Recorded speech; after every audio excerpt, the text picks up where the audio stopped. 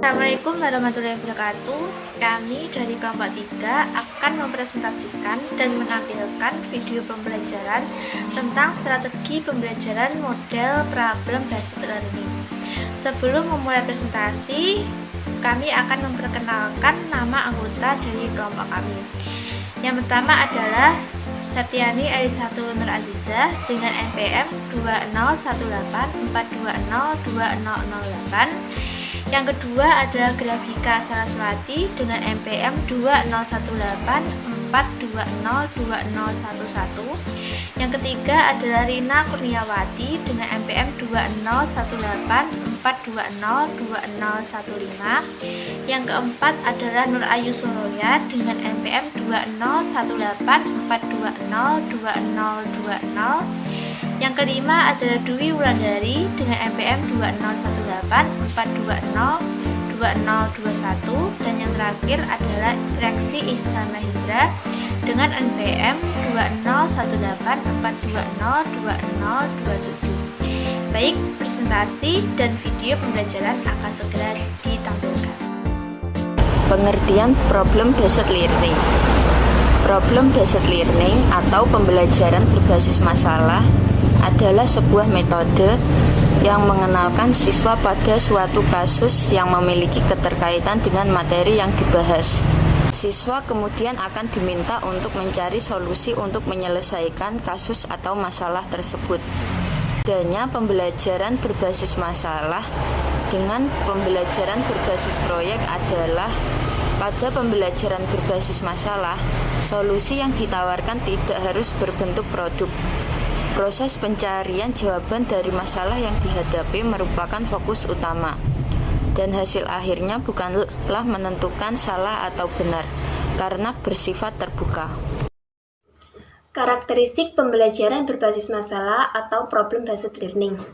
Yang pertama, bersifat student-centered atau berpusat pada siswa. Yang kedua, dapat diselesaikan dalam waktu yang pendek, singkat atau tidak terlalu lama. Yang ketiga, kegiatannya dimulai dengan sajian masalah yang harus dipecahkan atau dipelajari lebih lanjut oleh siswa.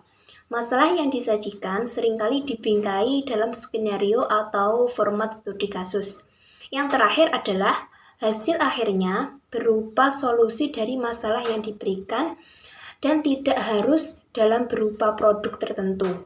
Bisa saja hasilnya berupa presentasi atau berupa tulisan. Langkah penerapan problem based learning. Langkah pertama, menyampaikan pada siswa tentang tujuan pembelajaran yang ingin dicapai. Kemudian, guru menyajikan sebuah masalah yang harus dipecahkan siswa. Masalah ini berguna untuk meningkatkan rasa ingin tahu, kemampuan analisis, juga inisiatif. Setiap siswa harus memahami berbagai istilah serta konsep yang ada dalam masalah. Guru memiliki peran penting sebagai pemberi motivasi agar setiap siswa terlibat langsung dalam pemecahan masalah. Contoh problem based learning, misalnya guru menunjukkan sebuah foto atau video tentang sampah yang menumpuk di pinggir jalan. Langkah 2 yaitu pengorganisasian siswa. Setiap siswa dalam kelompoknya akan menyampaikan informasi yang sudah dimiliki tentang masalah yang ada. Kemudian mereka akan berdiskusi untuk membahas informasi faktual dan juga informasi yang dimiliki oleh setiap siswa. Pada tahap ini kegiatan brainstorming dilakukan. Guru berperan membantu siswa untuk mengorganisasikan tugas belajar yang relevan dengan masalah yang disajikan. 3. Selanjutnya, guru melakukan kegiatan pembimbingan untuk mendorong siswa dalam mengumpulkan informasi yang relevan, melaksanakan eksperimen, sehingga mendapat insting untuk memecahkan masalah.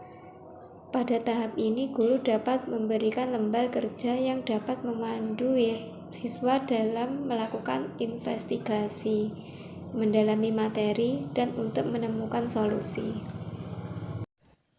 4. Tahap keempat ini adalah periode di mana siswa mencatat data hasil penyelidikan kelompok dalam lembar kerja, mengolah data yang diperoleh dari kelompoknya, dan menjawab pertanyaan pada lembar kerja. Selanjutnya, siswa menyajikan hasil pengolahan data dalam bentuk yang sudah disepakati, bisa menggunakan tabel, infografis, dan lain sebagainya. Nomor 5. Langkah terakhir adalah melakukan evaluasi dan juga refleksi. Guru dapat mengarahkan siswa untuk melakukan refleksi dan evaluasi dalam setiap proses dijalankan dalam penyelidikan. Pada akhir pembelajaran, siswa dan guru mengevaluasi hasil penyelidikan melalui diskusi kelas. Guru membimbing siswa untuk menganalisis hasil pemecah masalah. Selanjutnya, siswa akan mempresentasikan hasil penyelidikan dan diskusi di depan kelas, dan kemudian dilakukan kegiatan penyamaan persepsi.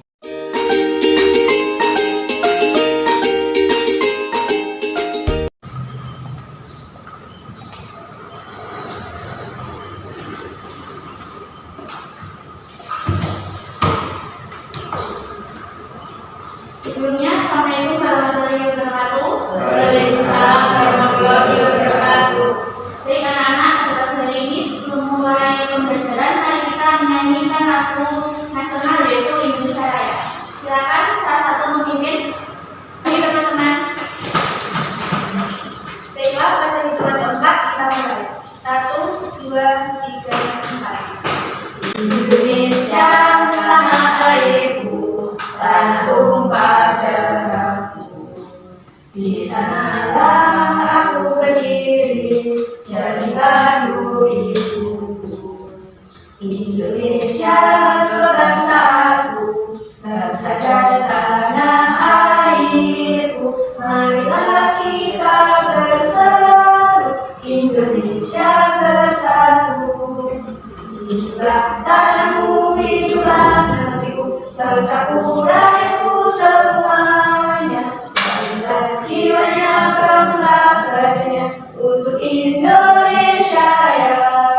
Indonesia Raya, merdeka, merdeka, tanahku, negeriku yang ku cinta. Indonesia Raya, merdeka, merdeka, hiduplah Indonesia Raya. Indonesia Raya, merdeka, merdeka, tanahku, negeriku yang ku cinta. Indonesia Raya, merdeka, merdeka, hiduplah Indonesia Raya.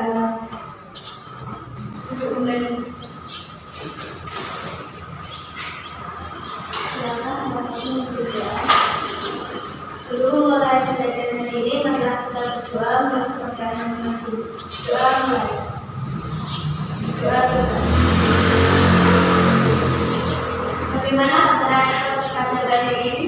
Alhamdulillah baik dan bagus. Semangat sudah belajar? Semangat. Sudah tahu materi apa yang akan kita belajar hari ini? Belum. Jadi materinya sudah saya kirimkan di WA guru kelas. Silakan untuk membuka WA masing-masing.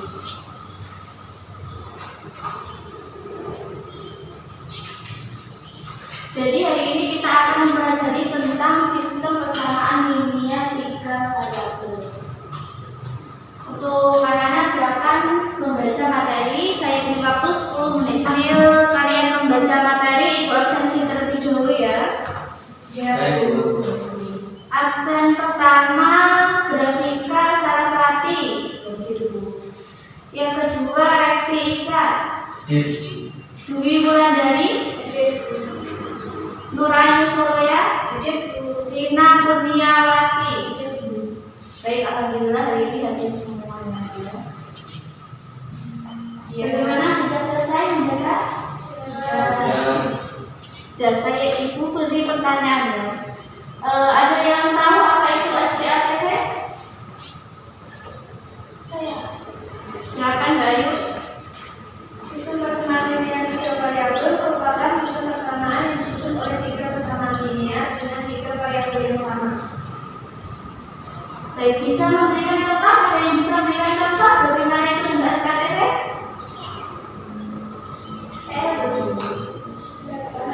Grafika. Coba tulis di papan tulis bagaimana itu membuat SPATV.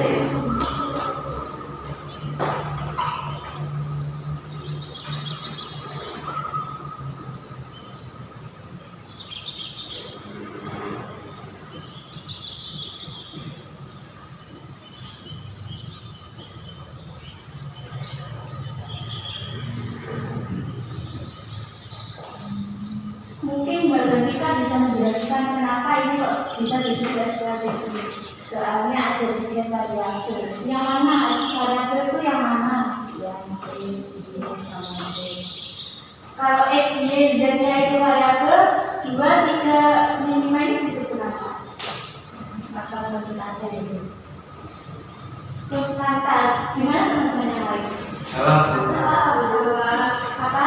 Yang benar apa? Koefisien. Konstantanya Yang 15. Jadi untuk 2, 3, 5 berapa yang ada itu kan pada disebut koefisien dan disebutnya selanjutnya berarti kan terima kasih berikan apa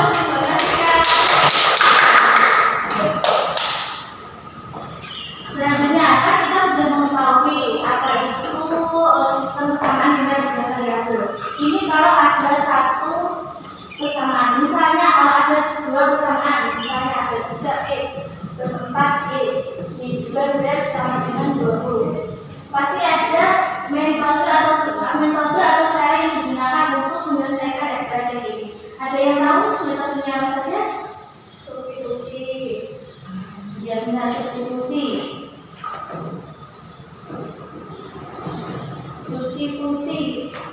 Selanjutnya eliminasi.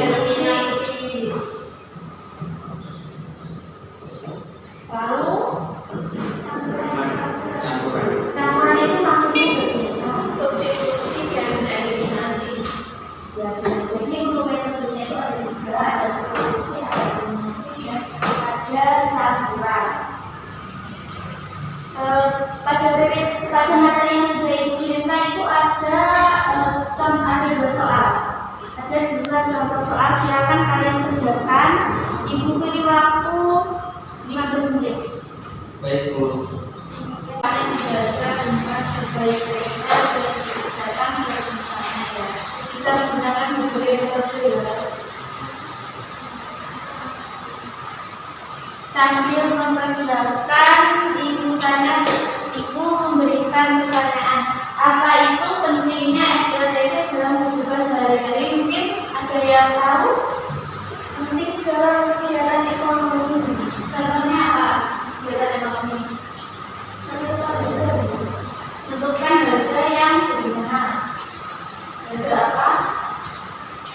Contohnya jika kita membeli alat tulis pada bentuk, umpama saya membeli 3 pensil dan 1 buku dengan harga 10.000, dan juga Mbak Ayu membeli 4 buku dan 2 pensil dengan harga 15.000.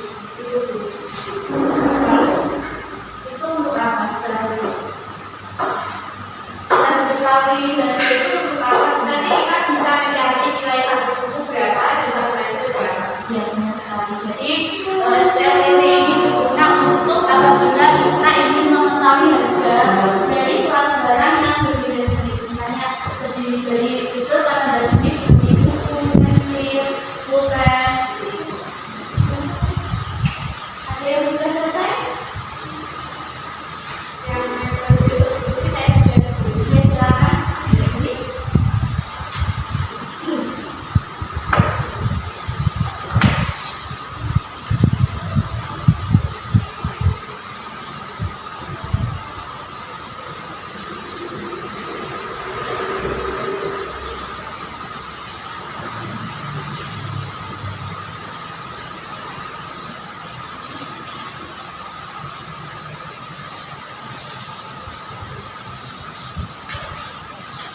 Yang lainnya mengerjakan metode yang lain ya. Nanti kalau maju ke depan ada yang lain. Ini yang dikerjakan soal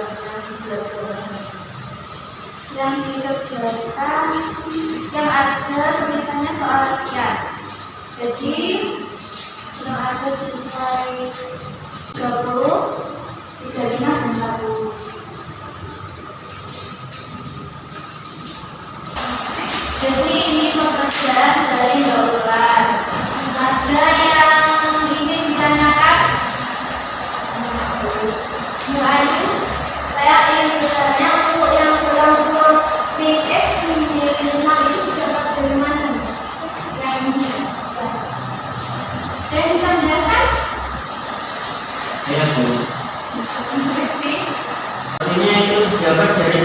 Yang pertama,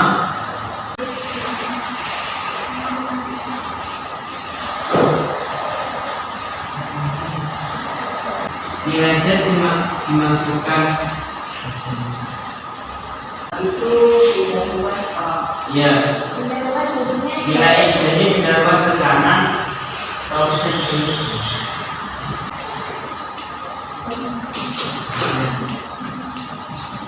jadi sebenarnya berdasarkan aspeksi ya. Jadi nilai Z-nya ini nilainya ini didapatkan dari X dan Z tidak luas ke kanan. Kita operasi bersama dulu ya. Kembali kita Itu kan tidak luas kok, plus kok. Apa tadi? ini ya. Nah, misalnya Salah tulis itu. itu.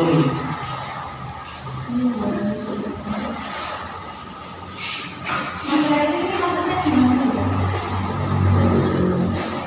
Ini Bu, kan agar nilainya ini sama dengan sama kan harus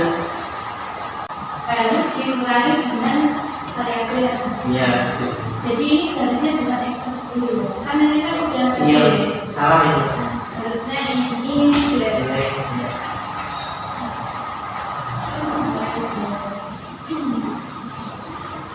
Karena yang ini kan pertama untuk menemukan X ini berarti bisa dengan 3 ini kita bisa.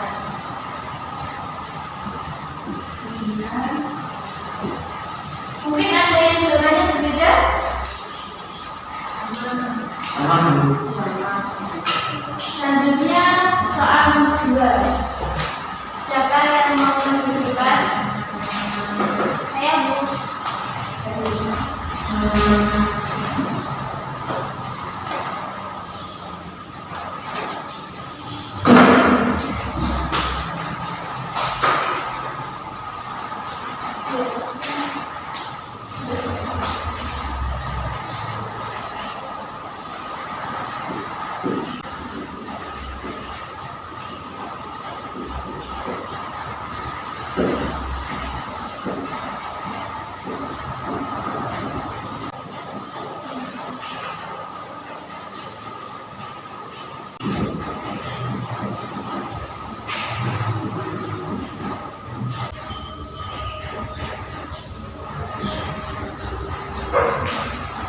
Beda ini kita jelaskan dengan proses dari awal sampai menemukan nilai tersebut. Untuk memperoleh nilai tersebut, yang pertama kita menggunakan cara eliminasi. Di sini saya yang pertama untuk mengeliminasikan persamaan 1 dengan persamaan 2, maka diperoleh persamaan 40. Yang selanjutnya yaitu mengeliminasikan persamaan 2 dan persamaan 3, mestinya persamaan 5.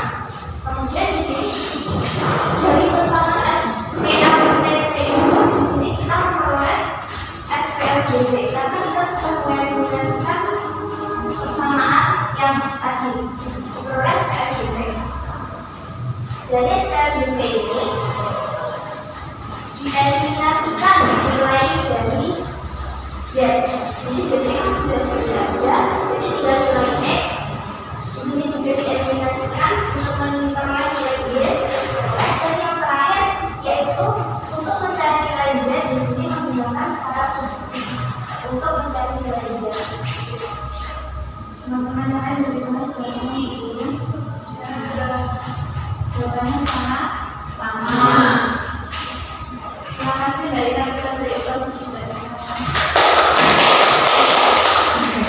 Jadi dari dua penyelesaian metode SPLDV tadi, ada yang bisa menyimpulkan apa itu substitusi dan eliminasi? Saya dulu. Baik, silakan. Jadi untuk metode substitusinya kita buat bentuk sederhana terlebih dahulu, menyatakan salah satu variabel X atau Y atau Z-nya dulu.